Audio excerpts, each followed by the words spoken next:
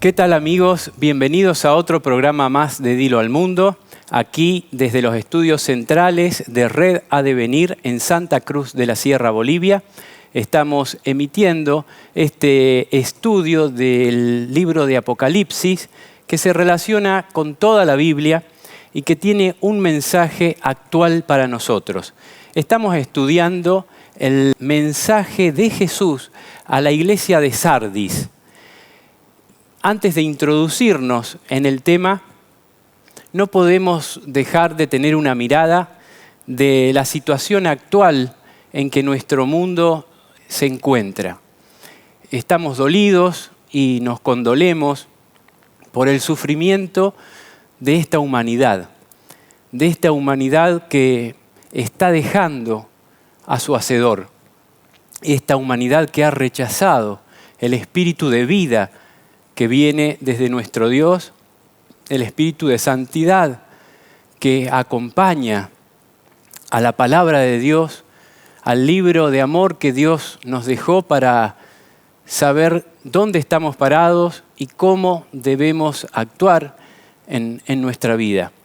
Los 10 mandamientos, una regla de oro y de amor que Jesús nos dejó para, de alguna manera, traducir su carácter de amor, para dejar bien claro qué es lo que espera de sus hijos, para explicar ese carácter de amor que si nos los dejara a nosotros mismos, lo terminamos transformando en egoísmo. Entonces Jesús, transcurrido cierto tiempo de la humanidad, quiso dejarlo como contenido pétreo, quiso escribirlo de su propia mano en los 10 mandamientos que son para la humanidad, que son para el hombre.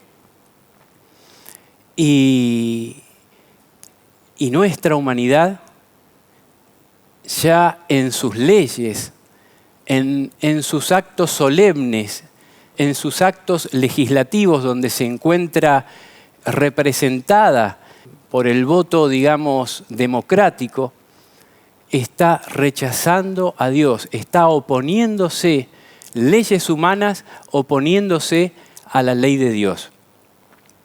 Esto tiene un carácter realmente solemne. Es como cuando el Sanedrín de los judíos condenó a Jesús a muerte. Bueno, es de una gravedad institucional tremenda. Ya no es de un ser humano que rechaza a Dios, sino como nación. Y ahora nos acercamos a como humanidad. La humanidad en sus distintos países se están uniendo en bloques, sus religiones también se están uniendo, pero no se están uniendo sobre la palabra de Dios, sobre lo que Dios manda, sino se están uniendo en oposición contra Dios. Aparentemente dicen unirse en los principios morales y en principios que de alguna manera, para el que no sabe qué es lo que Dios nos pide, puede parecer algo bueno, pero en realidad es algo totalmente opuesto a lo que Dios dice, y vamos hacia un totalitarismo perseguidor hacia aquellos que queramos guardar la palabra de Dios. La iglesia de Dios va a volver a ser perseguida. Ya está siendo perseguida en algunos países del mundo. La iglesia de Dios es el objeto de mayor amor de nuestro Creador.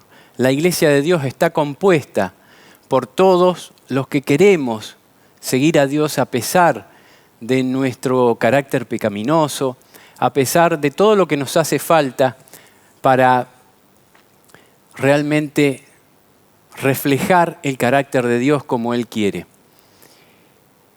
Y Dios en el Apocalipsis hace un diagnóstico, un juicio previo para que nosotros sepamos qué es lo que nos hace falta, para que su iglesia sepa qué es lo que le hace falta.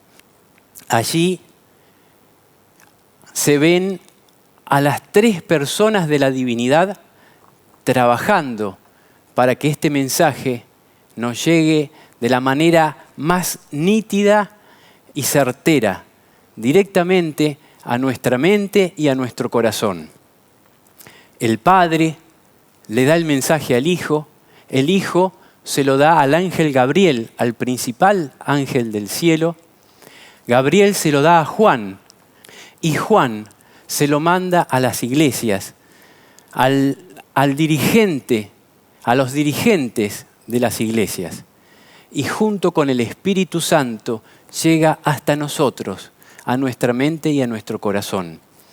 Es un mensaje directo de Dios, en el cual cada uno de sus hijos debe meditar, debe reflexionar y debe ajustar las cosas que sean necesarias, a la vez que debemos ser propagadores de este mensaje para que otros que Dios quiere salvar puedan acceder, puedan comprender y puedan también hacerse carne de esto. Y a propósito de la situación del mundo de la que hablábamos, a propósito de esa situación donde el Espíritu de Dios debe respetar las decisiones que como humanidad se toman y se va alejando de la humanidad, inmediatamente caemos en las cosas más siniestras que pueden pasarles a este mundo. De esta forma se suscitan guerras donde Dios no está de ninguno de los dos bandos, donde el maligno solamente busca muerte y más muerte, dolor y más dolor, injusticia y más injusticia. Y Dios apenas si controla el mal con el mal. Pero tenemos que pensar en qué será de nosotros. ¿Cuál es nuestro papel? ¿Cuál es nuestra posición respecto a esto? Bueno, Dios nos pone como atalayas. Dios nos pone como mensajeros suyos para, en situación de guerra, también dar su mensaje. Y nos remitimos a la época de Jacob, de Esaú, de Isaac, cuando Jacob tenía que enfrentarse a lo que Dios le mandaba que hiciera, pero a la vez tenía que enfrentarse a sus propios pecados, que significaban para él una sentencia de muerte. Y es lo que nos pasa a nosotros. Tenemos que hacer la obra de Dios, pero somos indignos. Tenemos que cumplir los mandatos de Dios, pero somos indignos. Y entonces nos sirve de manera muy precisa, de manera muy elemental, meditar en esta historia. Tenemos una carga, tenemos una lucha que no la podemos dar por nosotros mismos, que no podemos vencer por nosotros mismos, pero tampoco podemos dejar de vencer. Hay un 99% que pone Dios en nuestro lugar y nosotros tenemos que poner el 1%. El 1% que significa nuestra voluntad rendida a los pies de Jesús de manera permanente.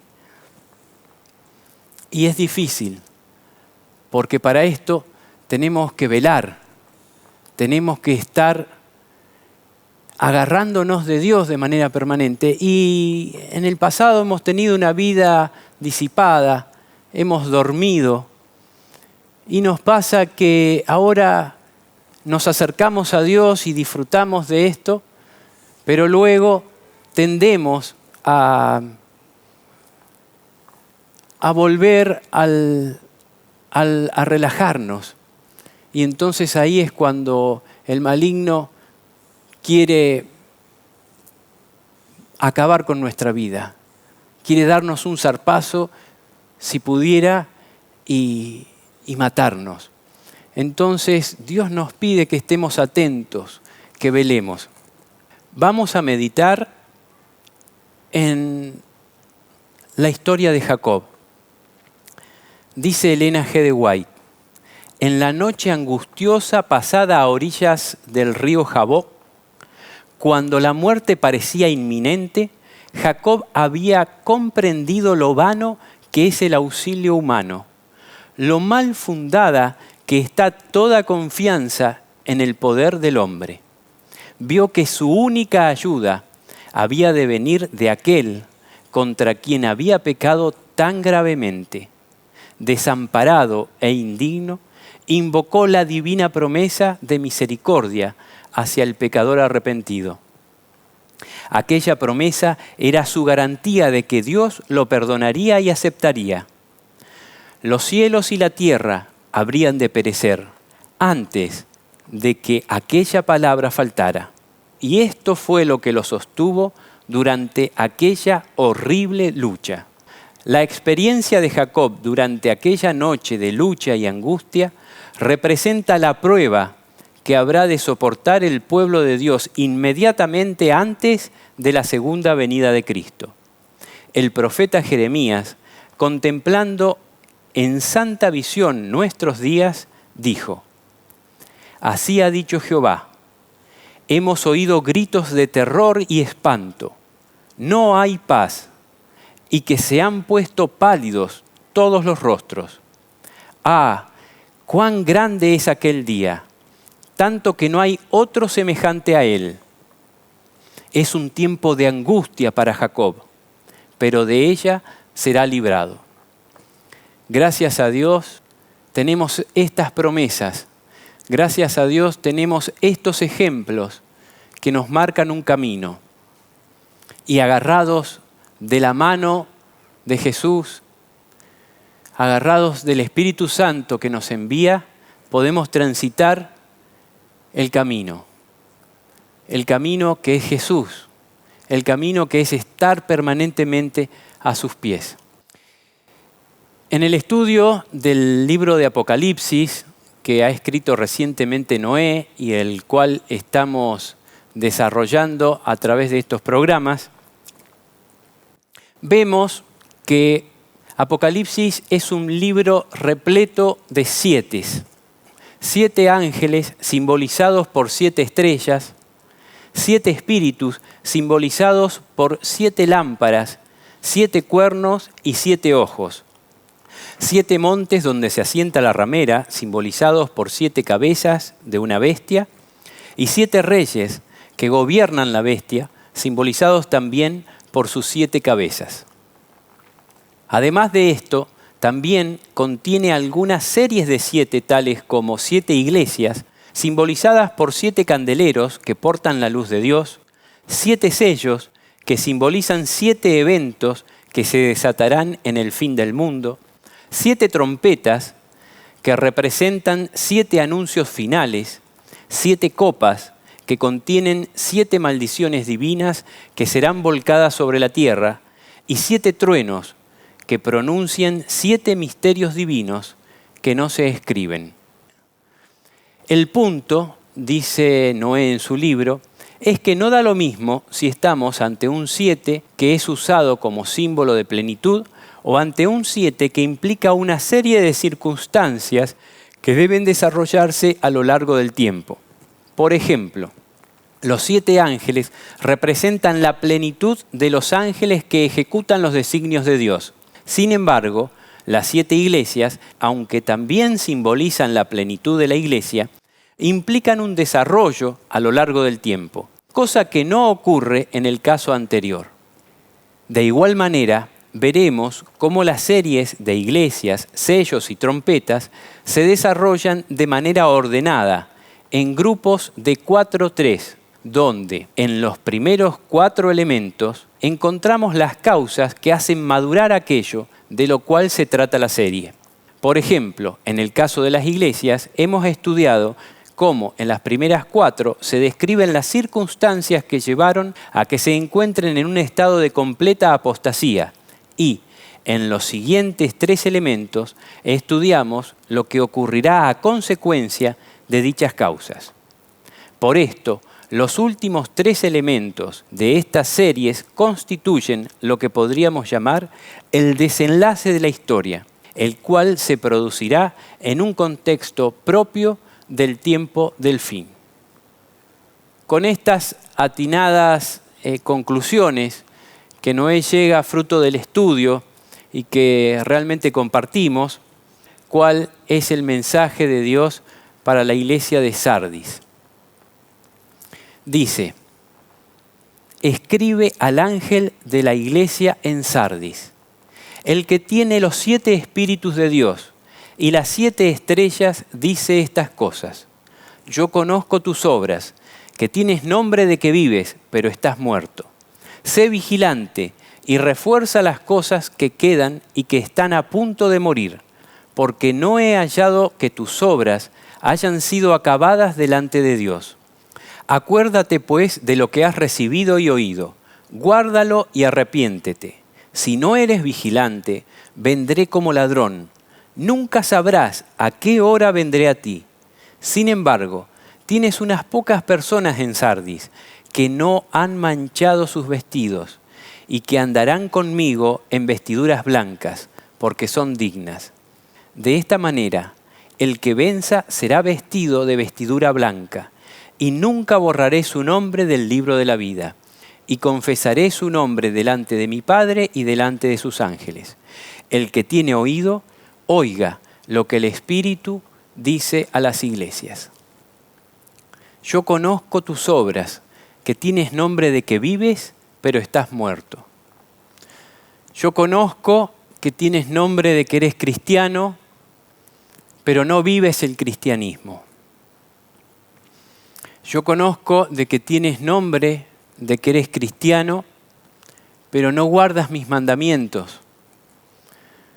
Yo conozco de que aparentas guardar mis mandamientos, pero en tu corazón y en los actos de tu vida no lo estás cumpliendo. Se están transformando en un formalismo. Y esto no me sirve, dice Dios. Sé vigilante y refuerza las cosas que quedan y están a punto de morir. Muchas veces nuestra familia quizás está a punto de morir. Muchas veces nuestro real cristianismo está a punto de morir. El proceder que tenemos dista de lo que Dios nos pide, del amor que implica guardar su ley de manera cabal. Y Dios nos dice, aunque estás muerto, lo poco que queda, reafírmalo. Reafirma esas cosas que están para morir. Porque no he hallado que tus obras hayan sido acabadas delante de Dios. Como cuando se pesó a ese rey de Babilonia y la mano escribió Mene, Mene, Tekel Upharsin. Ha sido pesado y ha sido hallado falto. Tus obras no han dado la medida. Esto es muy grave. Y Dios en su gran amor nos lo está avisando. Previo al juicio ejecutivo donde ya tiene que emitir sentencia sobre nosotros. Acuérdate pues de lo que has recibido y oído. Guárdalo y arrepiéntete. Debemos guardar esa ley que Jesús nos enseñó a guardarla de manera perfecta. Debemos reflejarnos en ese personaje que dividió la historia en un antes y un después. Debemos tomar su ejemplo y arrepentirnos porque no lo hemos hecho hasta ahora como debemos. Si no eres vigilante, vendré como ladrón y nunca sabrás a qué hora vendré a ti. Y aquí es claro, es obvio, el ejemplo de Noé. Parecía un loco dando martillazo tras martillazo en el arca. Era imposible que lloviera, no llovía en aquel entonces. En la noche descendía un rocío que regaba la tierra, que regaba las plantas, en un clima perfecto. Mucho menos que cayera un diluvio. Noé parecía un loco. Los animales hicieron caso, pero los seres humanos no hicieron caso. Y aunque hay señales también en este tiempo, nos tapamos los ojos, ya nos hemos acostumbrado a taparnos los ojos ante los mensajes de Dios. Y hay muy pocas cosas que nos conmueven. Y si algunas cosas nos conmueven, muy pronto las olvidamos y seguimos con nuestra vida secularizada. Dios nos dice, acuérdate, pues, de lo que has recibido y oído. Y guárdalo y arrepiéntete. Si no eres vigilante, vendré como ladrón. El mundo antediluviano ya se había terminado el arca, ya no habían martillazos y seguían viviendo su vida desenfrenada de placeres. Creían que Noé iba a naufragar en la tierra seca. No supieron cuándo terminaba su última posibilidad. Noé subió al arca por mandato de Dios. Dios mismo o un ángel a su mandato cerró la puerta del arca y ya no había más posibilidades para nadie. Toda aquella generación, salvo Noé y su familia, pereció. Y Dios nos dice a nosotros que estamos incluidos en esa generación que está distraída sin saber que se acerca el momento del juicio final. Que seamos vigilantes, que para nosotros no nos tiene que asaltar como un ladrón a medianoche el juicio de Dios. Que debemos estar como Jacob, dando la lucha con el ángel para ser vencedores antes de las batallas que vamos a tener con el ser humano, con nuestro ser humano también.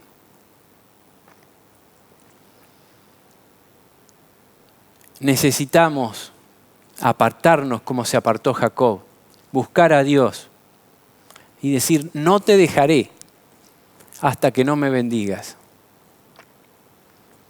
A Jacob se le dio la seguridad de la bendición. Dios le cambió el nombre de Jacob, que le recordaba su pasado, su pecado, por Israel, que es vencedor. Y es ahí el paralelismo con esta iglesia cuando Jesús dice, el que venza será vestido de vestidura blanca y nunca borraré su nombre del libro de la vida. Necesitamos vencer como venció Jacob. ¿Y saben cómo venció Jacob? Lean la historia, aunque ya la hayan leído muchas veces, léanla nuevamente. Debemos tenerla totalmente incorporada hasta en sus más mínimos detalles. Se agarró del ángel y le dijo, no te dejaré hasta que no me bendigas. Necesitamos obtener esa bendición y no soltarla. Y entonces dice, no borraré su nombre del libro de la vida y confesaré su nombre delante de mi Padre y delante de sus ángeles. El que tiene oído, tú, yo, nosotros, el que tiene oído, es un mensaje singular para cada uno de nosotros. no es solamente para los dirigentes. Oiga lo que el Espíritu dice a las iglesias. Entonces, es un mensaje que viene de Dios, que viene de Jesús y que viene del Espíritu Santo. La redención de la raza humana es llevada a cabo por las tres personas de la divinidad, momento a momento, pero hay pasajes donde vemos a las tres personas de la divinidad actuando en nuestro favor. El Espíritu Santo recordándonos estos mensajes, ayudándonos a interpretarlos. Tiene un papel fundamental en nuestra vida que no puede ser negado.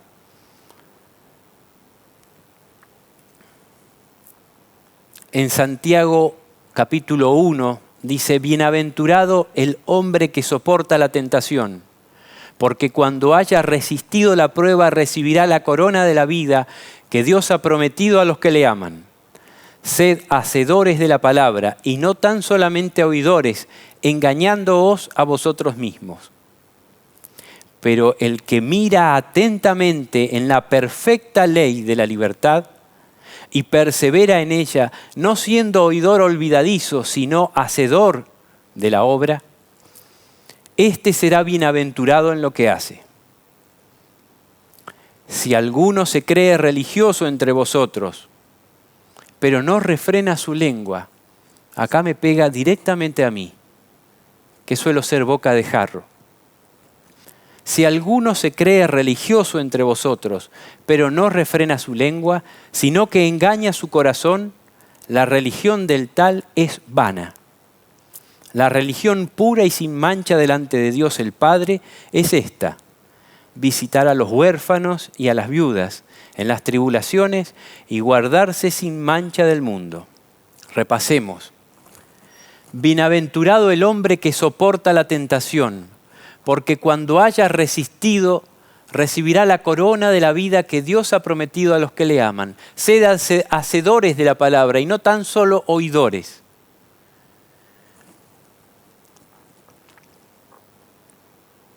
Soportar la tentación. A mí me pasa, debo reconocerlo, y seguramente nos pasa a casi todos.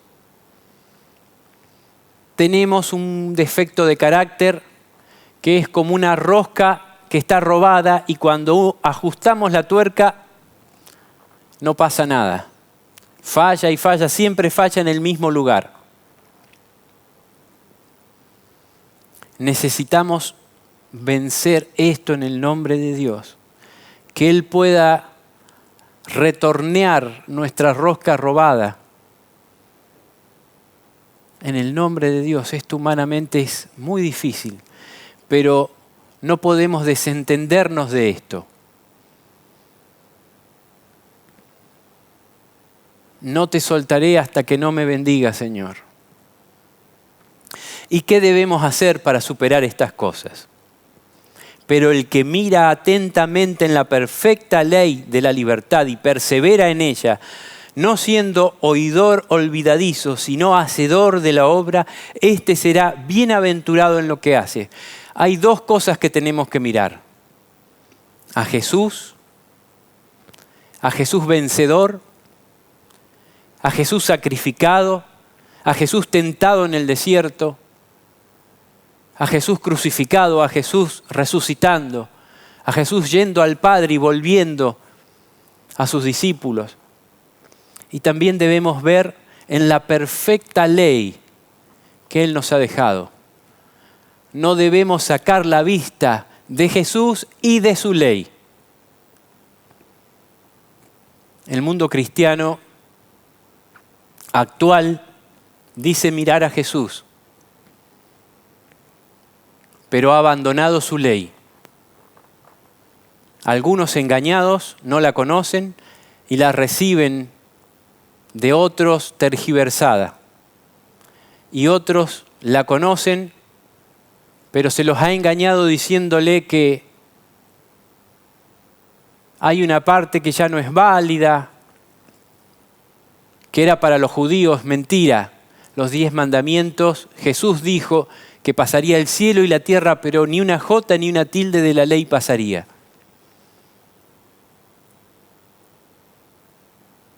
El día sábado, un regalo a los hijos de Dios para distinguirlos, para darles una señal de que han recibido el sello de Dios, de que son leales al Creador. Fue una ley desde la creación y mucha gente se sujeta a Babilonia, que pretendió cambiar esa ley de Dios. Sin ser incluso católicos, se sujetan a la Iglesia romana, que pretendió cambiar esa ley de Dios para inclinarse hacia el domingo, un día pagano que nada tiene de santo ni de bendecido.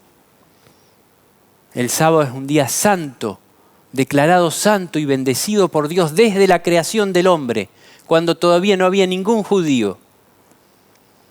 Y lo será hasta después de la restauración, por las edades. De sábado en sábado y de luna nueva en luna nueva, iremos a adorar delante de nuestro Creador y Redentor Jesús y de nuestro Dios. Debemos mirar atentamente en la perfecta ley. El pueblo adventista ha sido ungido por Dios para llevar esta ley al mundo. Pero muchas veces estamos igual que los judíos, que decían guardar la ley de Dios, pero crucificaron al autor de la ley. Con nuestros pecados, con nuestra falta de amor, crucificamos a ese autor de la ley muchas veces. Yo, lamentablemente, tengo que reconocer que lo crucifico muchas veces. Ayúdame, Señor, a no hacerlo más. ¿Cómo? Vamos a verlo a lo largo de este tema. Si alguno se cree religioso entre vosotros, pero no refrena su lengua, sino que engaña su corazón, la religión del tal es vana. La religión pura y sin mancha delante de Dios es esta: visitar a los huérfanos y a las viudas en sus tribulaciones y guardarse sin mancha del mundo.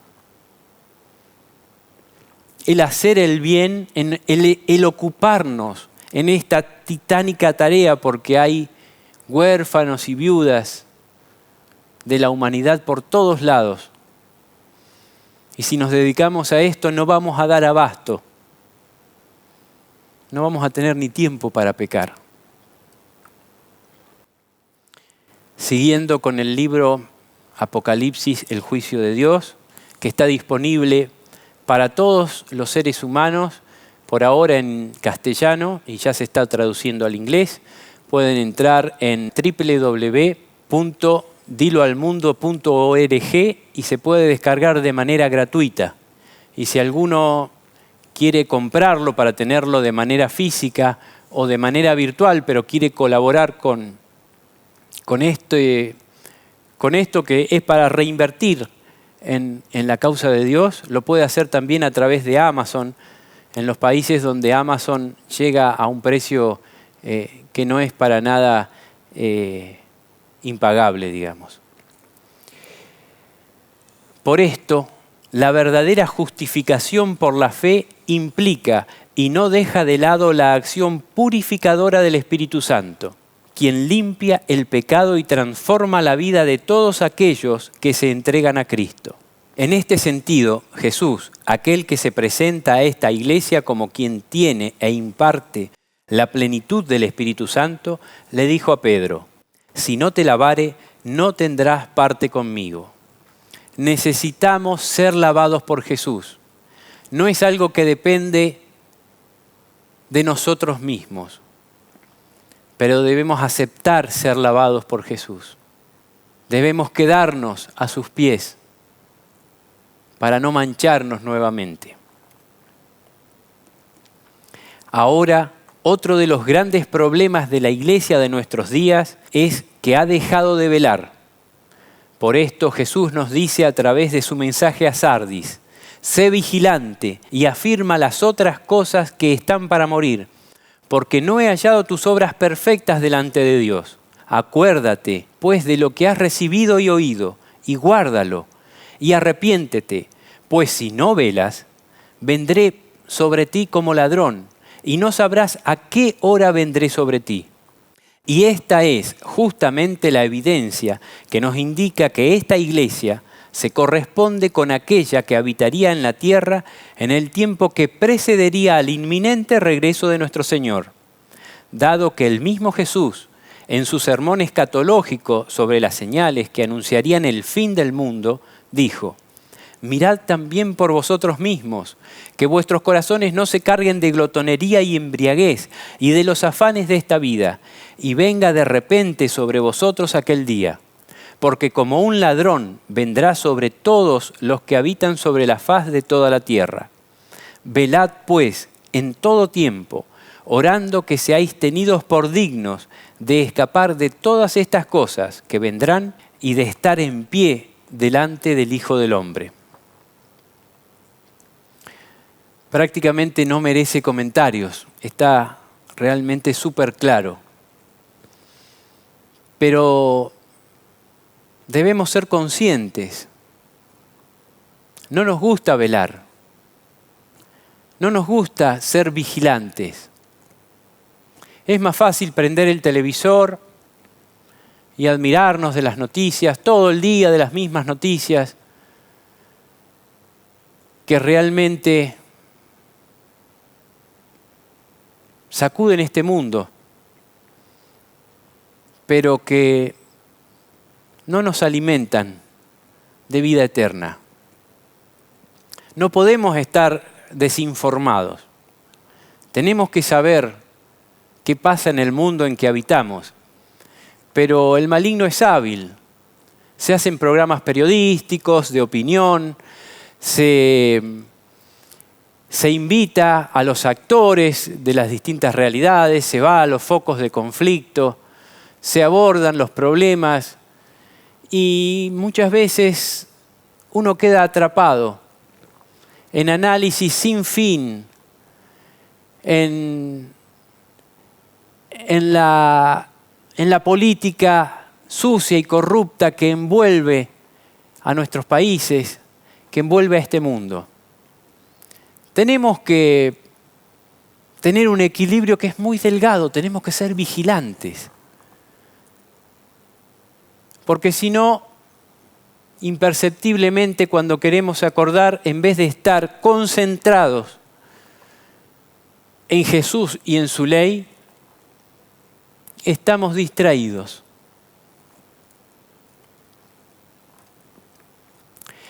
Elena G. de White, comentando las palabras «Si no velares, vendré a ti como ladrón y no sabrás en qué hora vendré a ti», escribió: «El advenimiento de Cristo sorprenderá a los falsos maestros. Están diciendo paz y seguridad, como los sacerdotes y doctores antes de la caída de Jerusalén. Esperan que la iglesia disfrute prosperidad terrenal y gloria. Interpretan las señales de los tiempos como indicios de esto. Pero ¿qué dice la palabra inspirada? Vendrá sobre ellos destrucción de repente. El día de Dios vendrá como un ladrón sobre todos los que moran en la faz de la tierra, que hacen de este mundo su hogar. Viene para ellos como ladrón fugitivo».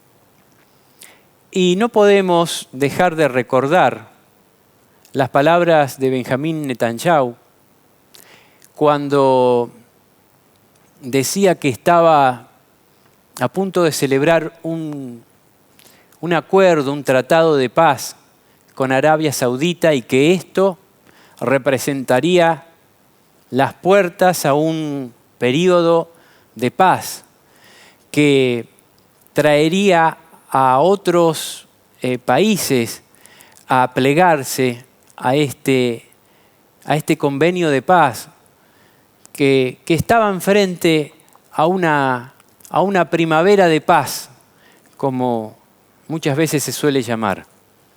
Vino sobre ellos destrucción de repente, como la Biblia lo ha profetizado tantos siglos antes. Y estos son apenas indicios de lo que se viene. Sin embargo, aunque terrible, aún no es desesperada la condición de la iglesia de Sardis, es decir, de nosotros, puesto que Jesús aún intercede por estos muertos espirituales que somos en su santuario celestial, presentándose además como aquel que tiene los 7 espíritus de Dios, es decir, la plenitud del Espíritu Santo, el que es el único que puede revivir y restaurar los huesos secos de su profeso pero muerto pueblo de Dios.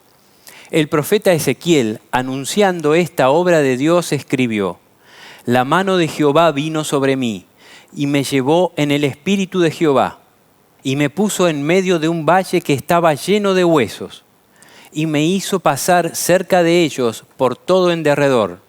Y he aquí que eran muchísimos sobre la faz del campo, y por cierto secos en gran manera.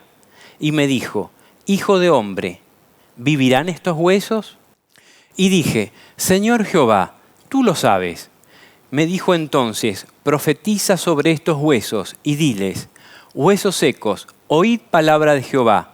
Así ha dicho Jehová el Señor a estos huesos: he aquí yo hago entrar espíritu en vosotros, y viviréis.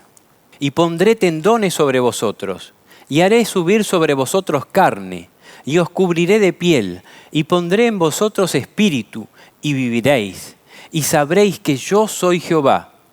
Profeticé, pues, como me fue mandado, y hubo un ruido mientras yo profetizaba.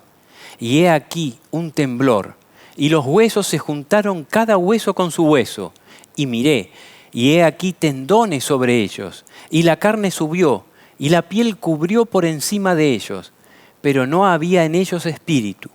Y me dijo: profetiza al espíritu, profetiza, hijo de hombre, y di al espíritu: así ha dicho Jehová el Señor. Espíritu, ven de los 4 vientos, y sopla sobre estos muertos y vivirán. Y profeticé como me había mandado. Y entró espíritu en ellos, y vivieron, y estuvieron sobre sus pies, un ejército grande en extremo. Me dijo luego: Hijo de hombre, todos estos huesos son la casa de Israel. He aquí, ellos dicen: nuestros huesos se secaron, y pereció nuestra esperanza, y somos del todo destruidos. Por tanto, profetiza y diles: así ha dicho Jehová el Señor: he aquí yo abro vuestros sepulcros, pueblo mío, y os haré subir de vuestras sepulturas, y os traeré a la tierra de Israel, y sabréis que yo soy Jehová, cuando abra vuestros sepulcros y os saque de vuestras sepulturas, pueblo mío.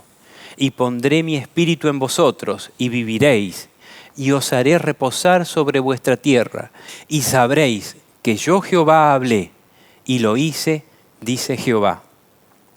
En Ezequiel 37, del 1 al 14. Vemos que muchas veces somos esto, muertos. Tenemos nombre de que vivimos, pero estamos muertos. ¿Cómo nos ve Dios? ¿Cómo nos vemos incluso a veces a nosotros mismos? Muertos. Huesos secos y separados. Ya ni siquiera está nuestro esqueleto. Dios tiene poder. Dios tiene poder para transformar la muerte en vida. Se dice en el mensaje a Sardis de que tenemos nombre de que vivimos, pero estamos muertos. O sea, somos muertos vivos. Pero Dios nos saca de esa muerte. Dios tiene poder, tiene espíritu. El Espíritu de Dios es vida, es poder. Es esperanza para nosotros. Esta es la descripción más nítida y vívida de nuestra mortal condición como pueblo de Dios. Un deplorable valle de huesos secos, sequísimos en gran manera, muertos y encima separados unos de otros. Pero por gracia de Dios aún nos queda una esperanza. Oh increíble amor de Dios, tardo para la ira y grande en misericordia, que perdona la iniquidad y la rebelión, aunque de ningún modo tendrá por inocente al culpable. Podemos refugiarnos aún en esta misericordia, pero no creamos ni por un segundo de que podemos seguir acariciando nuestros pecados. De ningún modo tendrá por inocente al culpable. Y de todo esto se desprenden tres grupos de personas de aquí, de esta iglesia de Sardis. Los perfectos, digámoslo así. Los que realmente han seguido a Dios, han purificado sus vidas y están listos para representar a Dios. Felicitaciones a esa gente.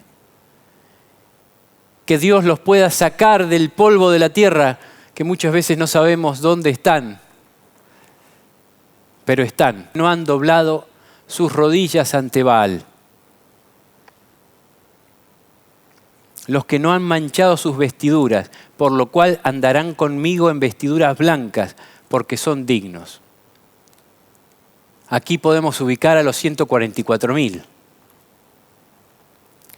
Después están los muertos resucitados. Dice, por la gracia de Dios, una inmensa multitud de personas que hoy conforman aquel valle de huesos secos que se describe en Ezequiel, oirá la voz de Dios a través de la predicación de los 144.000 y revivirán por la poderosa acción del Espíritu Santo, formando un ejército grande en extremo. Ejército que es descrito en Apocalipsis como una inmensa multitud que nadie puede contar. Dice, después de esto miré y he aquí una gran multitud, la cual nadie podía contar, de todas las naciones y tribus y pueblos y lenguas, que estaban delante del trono y en la presencia del Cordero, vestidos con ropas blancas y con palmas en las manos. Y clamaban a gran voz diciendo, la salvación pertenece a nuestro Dios, que está sentado en el trono, y al Cordero. Qué extraordinario esta oportunidad para vos y para mí, que no hemos sido como Dios esperaba durante muchos años.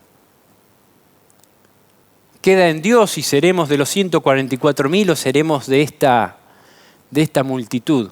Pero tenemos que estar preparados para decir, heme aquí, Señor. Soy tu soldado. Por esto, y no por casualidad, la promesa de Cristo para todos aquellos que salgan vencedores de su muerte espiritual, en su mensaje a Sardis. El que venciere será vestido de vestiduras blancas. El que venciere será vestido de vestiduras blancas. Qué extraordinario, qué hermoso nuestro Señor. Él nos vestirá de vestiduras blancas. Él nos dará vestiduras blancas. En otros lados, y los vamos a ver ahora mismo, dice, entonces uno de los ancianos habló diciéndome, estos que están vestidos de ropas blancas, ¿quiénes son? ¿Y de dónde han venido? Yo le dije, Señor, tú lo sabes.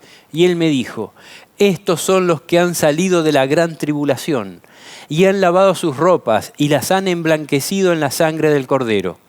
Por esto están delante del trono de Dios y le sirven día y noche en su templo. Y el que está sentado sobre el trono extenderá su tabernáculo sobre ellos. Ya no tendrán hambre ni sed, y el sol no caerá más sobre ellos, ni calor alguno, porque el Cordero que está en medio del trono los pastoreará, y los guiará a fuentes de aguas de vida.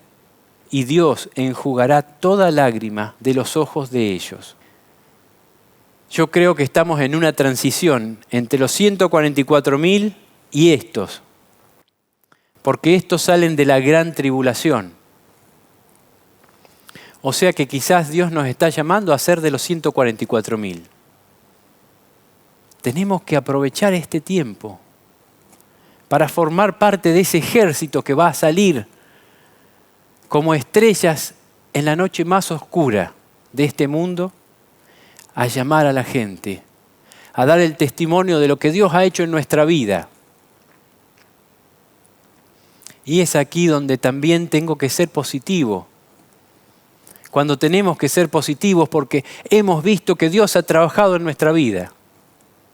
Vemos nuestros defectos, vemos nuestros errores, vemos que todavía no somos blancos de esa blancura que Dios quiere dotarnos. Pero Abraham tampoco había sido perfecto. Y Dios le dijo, sé perfecto.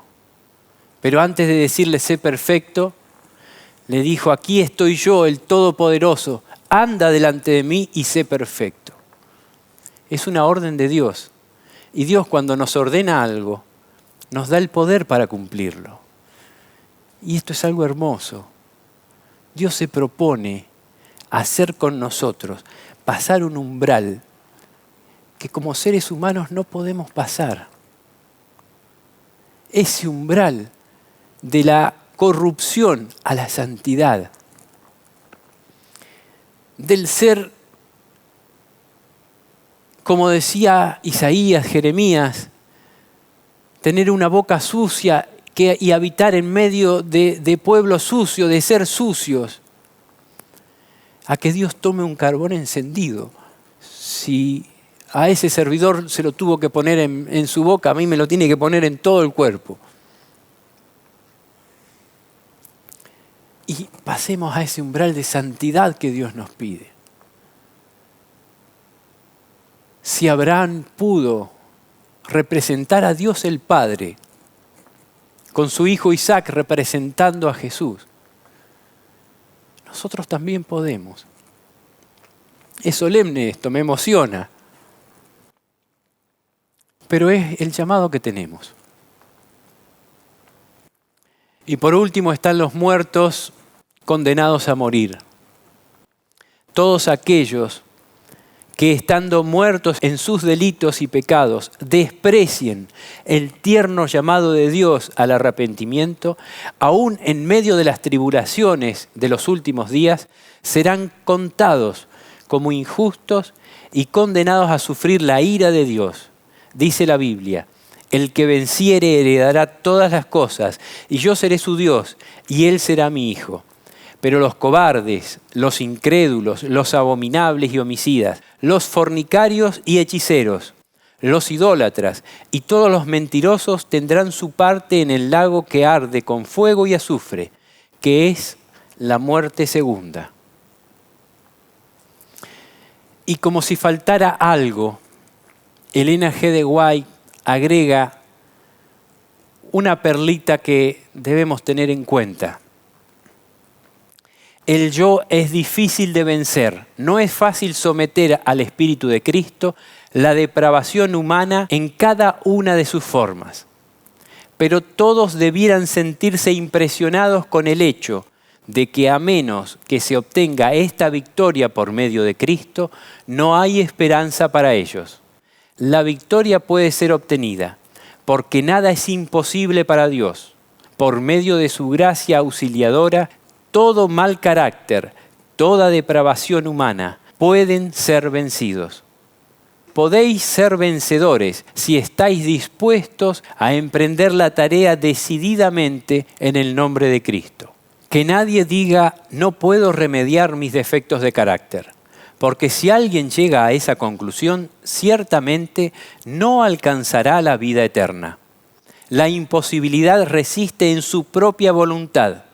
Si usted no quiere, no podrá vencer. La verdadera dificultad proviene de la corrupción de los corazones no santificados y de la falta de disposición para someterse al control de Dios. Aquí vemos ese 1% que debemos poner de nuestra parte y que es indispensable. Ese 1% que Dios nos pide para cooperar con Él. Ese 1% que no puede faltar. Tenemos una tarea que hacer.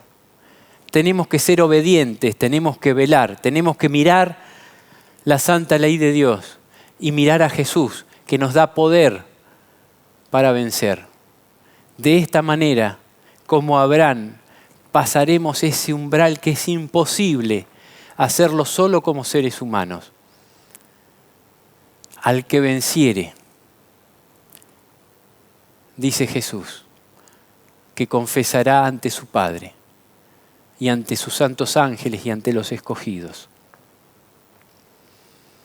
Como conclusión de este tema, vamos a leer el Salmo 42, cuando David dice: como el ciervo brama por las corrientes de las aguas, así clama a ti, oh Dios, el alma mía.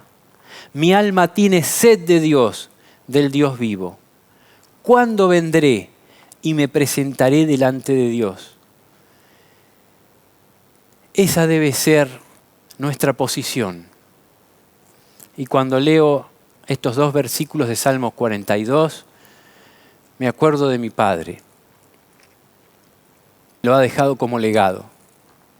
El comprender que como un ciervo, cuando está en un sequedal y necesita el agua para vivir, huele el agua que está en las nubes y huele el agua que está abajo de la tierra y la busca y brama porque sabe que es vital para su vida. Así nosotros debemos clamar por ese Dios que todo lo puede y que nos manda diciendo: anda delante de mí y sé perfecto. Gloria a nuestro Señor y Dios por esa salvación.